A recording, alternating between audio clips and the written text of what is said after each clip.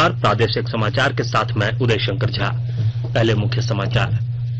देश भर में आज मनाया जा रहा है संविधान दिवस। सरकारी कार्यालयों और संस्थानों में कर्मियों ने प्रस्तावना का पाठ किया, संविधान के पालन के लिए शपथ। राज्य में कोरोना से स्वस्थ होने की दर 97% से ज्यादा हुई। 2160 संक्रमितों का चल रहा है इलाज।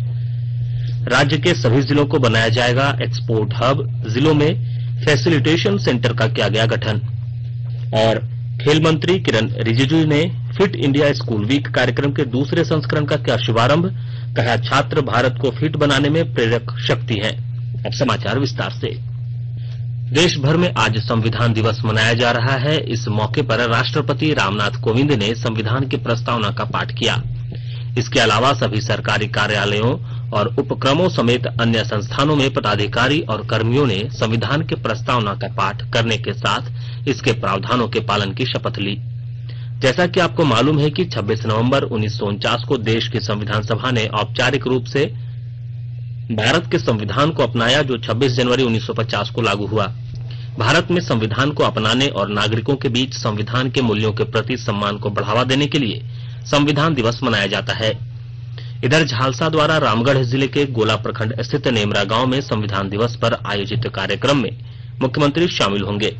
इस मौके पर वे झालसा के विशेष app access to justice for all और उसके वेब पोर्टल को लॉन्च करेंगे। राज्य में कोरोना से स्वस्थ होने की दर बढ़कर 97% से ज्यादा हो गई है। यहां अब तक 1,08,158 कोरोना पॉजिटिव मामले सामने आ चुके हैं। इनमें 1,05,040 लोग स्वस्थ हो चुके हैं और 2,160 संक्रमितों का इलाज चल रहा है। वहीं 958 लोगों की कोरोना से मौत हो चुकी है। राज्य के 24 में से 18 जिले ऐसे हैं जहां सक्रिय मामलों की संख्या 100 से भी कम हो चुकी है। इधर पिछले 24 घंटे के दौरान पूरे राज्य में 316 लोगों ने कोरोना को मात दी। वहीं 237 नए पॉजिटिव मामले सामने आने के अलावा 3 संक्रमितों की मौत हो गई। इस दौरान रांची से सबसे ज्यादा 161 लोग उपचार के बाद स्वस्थ हुए। वहीं रांची से ही सबसे ज्यादा 92 और पूर्वी सिंहभूम से 38 नए संक्रमित मरीज मिले हैं। राज्य में कोरोना के दूसरे लहर की संभावना को देखते हुए सभी जिलों के अस्पतालों और कोविड केयर सेंटरों में पर्याप्त संख्या में बेड की व्यवस्था करने का निर्देश सिविल सर्जन को स्वास्थ्य सचिव डॉक्टर नितिन मदन कुलकर्णी ने दिया है। स्वास्थ्य सचिव ने वीडियो कॉन्फ्रेंसिंग के माध्यम से कोरोना वैक्सीन के रखरखाव और वितरण को लेकर की जा रही तैयारियों की भी जानकारी सिविल सर्जन से ली। उन्होंने बच्चों के नियमित टीकाकरण, गर्भवती महिलाओं की जांच और संस्थागत प्रसव समेत अन्य स्वास्थ्य कार्यक्रमों को लेकर भी अधिकारियों के साथ विचार विमर्श करने के साथ आवश्यक निर्देश दिए। पश्चिमी सिंहभूम जिले में बिना मास्क के घूमने वालों के खिलाफ कार्रवाई तेज कर दी गई है। पेश है हमारे संवाददाता की रिपोर्ट। पश्चिमी सिंहभूम जिला मुख्यालय चाईबासा में कोविड-19 संक्रमण से बचाव के लिए 9 स्थानों पर विशेष चेक पोस्ट बनाए जा रहे हैं। इन चेक नाकाओं में मास्क नहीं पहनने वालों को पकड़ा जाएगा और उनसे दंड वसूली भी की जाएगी। आपदा प्रबंधन विभाग द्वारा दिए गए दिशा निर्देशों के अनुपालनार्थ ये कार्रवाई जिला प्रशासन द्वारा की जा रही है। जिले के उपायुक्त एवं पुलिस अधीक्षक के संयुक्त आदेश पर इस प्रकार की कार्रवाई करते हुए लोगों को सचेत व सावधान रहने की हिदायत भी दी गई है, जिसमें सामाजिक दूरी का अनुपालन एवं मास्क लगाने की अनिवार्यता बताई गई है। दिलीप बैनर्जी, आकाशवाणी समाचार, चाईबासा। आकाशवाणी का समाचार सेवा प्रभाग आज अपने फोन इन कार्यक्रम में हिंदी और अंग्रेजी में कोविड-19 पर विशेष परिचर्चा प्रसारित करेगा। नई दिल्ली के सर गंगाराम अस्पताल में वरिष्ठ चिकित्सक डॉक्टर मोहसिन वली इस चर्चा में भाग लेंगे। श्रोता हमारे टोल फ्री नंबर 1800115767 पर फोन करके विशेषज्ञ से सीधे सवाल पूछ सकते हैं। इसके अलावा लैंडलाइन नंबर 0112331444 पर भी सवाल पूछे जा सकते हैं। नंबर एक बार फिर सुन लीजिए, 1800115767 और 1123314444। Twitter handle @AIR News Alerts पर हैशटैग ASKAIR के जरिए भी सवाल पूछ सकते हैं। यह कार्यक्रम आज रात 9:30 बजे से FM गोल्ड और अतिरिक्त मीटरों पर सुना जा सकता है। यह कार्यक्रम हमारी वेबसाइट newsonair.com और हमारे YouTube channel news on AIR official पर भी उपलब्ध रहेगा। Mobile app news on AIR से भी अपडेट लिए जा सकते हैं। राज्य के 119 विद्यालयों को मुख्यमंत्री स्वच्छ विद्यालय पुरस्कार से नवाजा जाएगा। 3 दिसंबर को आयोजित होने वाले समारोह में इन विद्यालयों को स्वच्छता के क्षेत्र में उत्कृष्ट प्रदर्शन के लिए मुख्यमंत्री हेमंत सोरेन सम्मानित करेंगे। इन विद्यालयों का चयन ऑनलाइन स्वच्छता प्रतियोगिता के आधार पर किया गया है। इस प्रतियोगिता में पूरे राज्य से 44,441 विद्यालयों ने भाग लिया था। स्वच्छता के 5 मानकों के आधार पर इन सभी विद्यालयों की ग्रेडिंग की गई। वहीं समारोह में झारखंड एकेडमिक काउंसिल, सीबीएसई और आईसीएसई की 10वीं बोर्ड और इंटरमीडिएट की परीक्षा में राज्य स्तर पर टॉपर्स को प्रोत्साहन राशि देकर सम्मानित किया जाएगा। इन तीनों ही बोर्ड के 59 टॉपर्स को यह पुरस्कार प्रदान किया जाएगा। मुख्यमंत्री हेमंत सोरेन 2 दिसंबर से सभी विभागों के कार्यों की समीक्षा करेंगे। 28 दिसंबर तक चलने वाली समीक्षा बैठक में विभागों के बजट खर्च की स्थिति, मुख्य योजनाओं के कार्यान्वयन की प्रगति, नई योजनाओं की स्वीकृति और प्रगति, केंद्र से प्राप्त राशि और उसके व्यय का ब्यौरा, रिक्त पदों को भरने की कार्य योजना और अंतर विभागीय विषयों की समीक्षा करेंगे। इस संबंध में मंत्रिमंडल सचिवालय एवं निगरानी विभाग द्वारा विभागों को अवगत करा दिया गया है। इसके अलावा सरकार के 1 साल पूरा होने पर मुख्यमंत्री उपलब्धियों का ब्यौरा भी पेश करेंगे।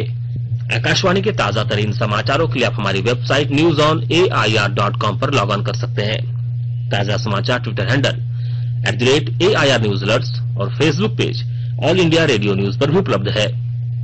आप प्रादेशिक समाचार एकांश के ट्विटर हैंडल @AIR News _ और Facebook page AIR News Ranchi के अलावा YouTube channel regional news unit Ranchi पर भी हमारे बुलेटिन सुन सकते हैं। प्रादेशिक समाचार आप आकाशवाणी रांची से सुन रहे हैं और अब पेश है कोरोना से बचाव के कुछ संदेश। कोविड-19 से बचाव और सुरक्षित रहने के 3 उपाय। मास्क लगाएं, 2 गज दूरी है जरूरी, सुरक्षित दूरी रखें, हाथ और मुंह साफ रखें।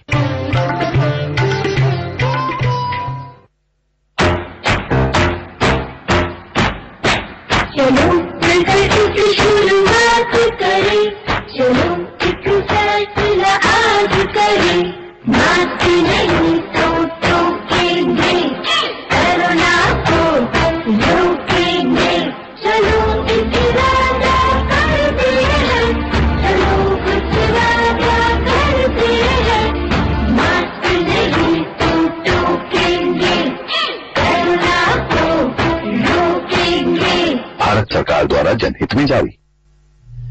राज्य के सभी जिलों को एक्सपोर्ट हब के रूप में विकसित किया जाएगा। इस कड़ी में राज्य और जिला स्तर पर फैसिलिटेशन सेंटर का गठन किया गया है।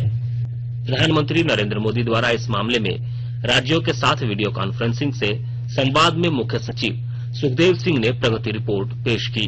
प्रधानमंत्री ने झारखंड समेत सभी राज्यों में चल रही रेल परियोजनाओं के प्रगति की भी जानकारी ली। उन्होंने वेंडर योजना के तहत ठेले और खोमचे वालों को ऋण उपलब्ध कराने और कृषि सुधार को लेकर की जा रही पहल के बारे में भी झारखंड के मुख्य सचिव से चर्चा की। गौरतलब है, वोकल फॉर लोकल के तहत हर जिले को खास उद्योग के नाम से राष्ट्रीय पहचान दिलाने की योजना बनाई गई है।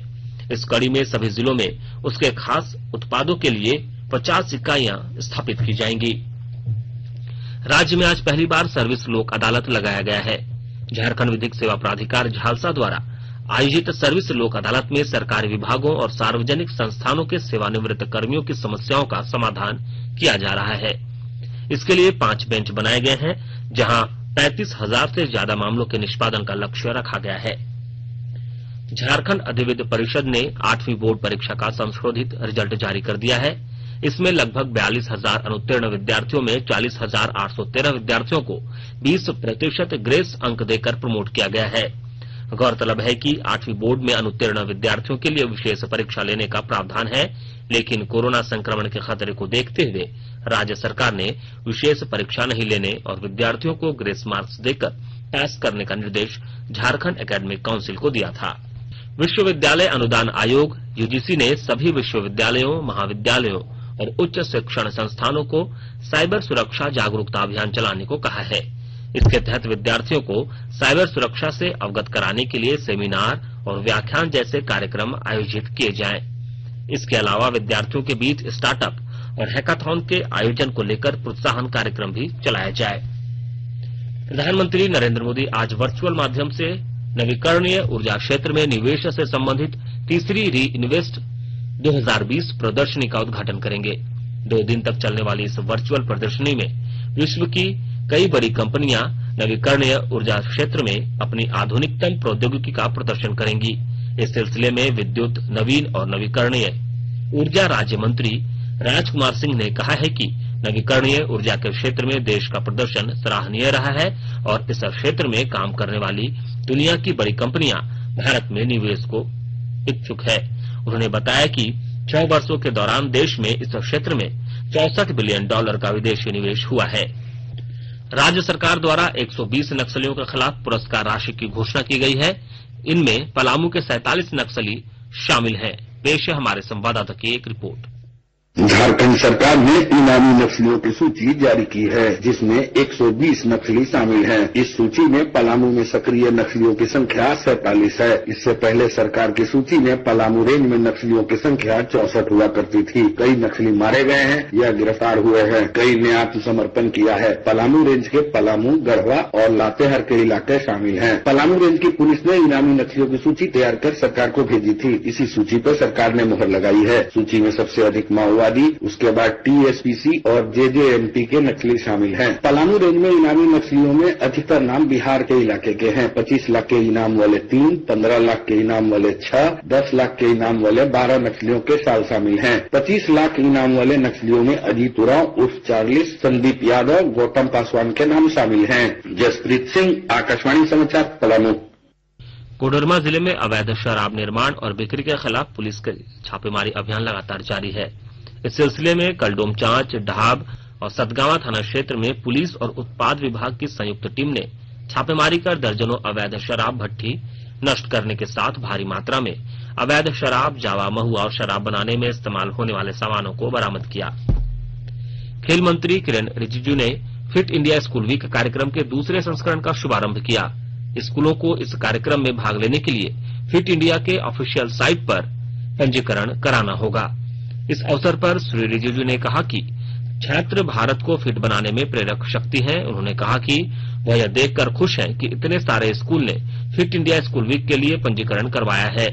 श्री रिजिजू ने कहा कि ऐसे कार्यक्रमों से प्रत्येक भारतीय को फिट बनाने का लक्ष्य प्राप्त करने में सहायता मिलेगी, क्योंकि इस कार्य के लिए स्कूलों से ही ऊर्जा मिलती है। फिट इंडिया स्कूल वीक कार्यक्रम पिछले साल नवंबर में शुरू किया गया था और इसमें 15,000 से अधिक स्कूलों ने भाग लिया। और अब संक्षिप्त खबरें। रांची जिले में बिना मास्क के सड़कों पर निकलने वाले लोगों के खिलाफ पुलिस का अभियान जारी है। पुलिस ने बिना मास्क के घूम रहे 301 लोगों को पकड़ा और उनसे जुर्माने के तौर पर लगभग 1.5 लाख रुपए वसूले। राज्य के सभी मेडिकल कॉलेजों में 1 दिसंबर से पढ़ाई शुरू कर दी जाएगी। केंद्रीय स्वास्थ्य सचिव ने इस संबंध में सभी राज्यों को दिशा निर्देश जारी किए हैं। उन्होंने एमबीबीएस विद्यार्थियों के लिए नॉन कोविड बेड उपलब्ध कराने को कहा है। प्रवर्तन निदेशालय ने लगभग 6 करोड़ 88 लाख के अलकतरा घोटाला में 4 आरोपियों के खिलाफ पूरक आरोप पत्र दाखिल किया है। मनी लॉन्ड्रिंग एक्ट के तहत 1 करोड़ 83 लाख रुपए की संपत्ति जब्त करने के मामले में यह कार्रवाई की गई है। हटिया गोरखपुर मौर्या एक्सप्रेस का परिचालन शुरू होने से धनबाद जिले के लोगों में खुशी का माहौल है। लॉकडाउन की वजह से कई महीनों से इस ट्रेन का परिचालन स्थगित था। अंत में मुख्य समाचार एक बार फिर। देश भर में आज मनाया जा रहा है संविधान दिवस। सरकारी कार्यालयों और संस्थानों में कर्मियों ने प्रस्तावना का पाठ किया, संविधान के पालन की ली शपथ। राज्य में कोरोना से स्वस्थ होने की दर 97% से ज्यादा हुई। 2160 संक्रमितों का चल रहा है इलाज। राज्य के सभी जिलों को बनाया जाएगा एक्सपोर्ट हब। जिलों में फैसिलिटेशन सेंटर का किया गया गठन।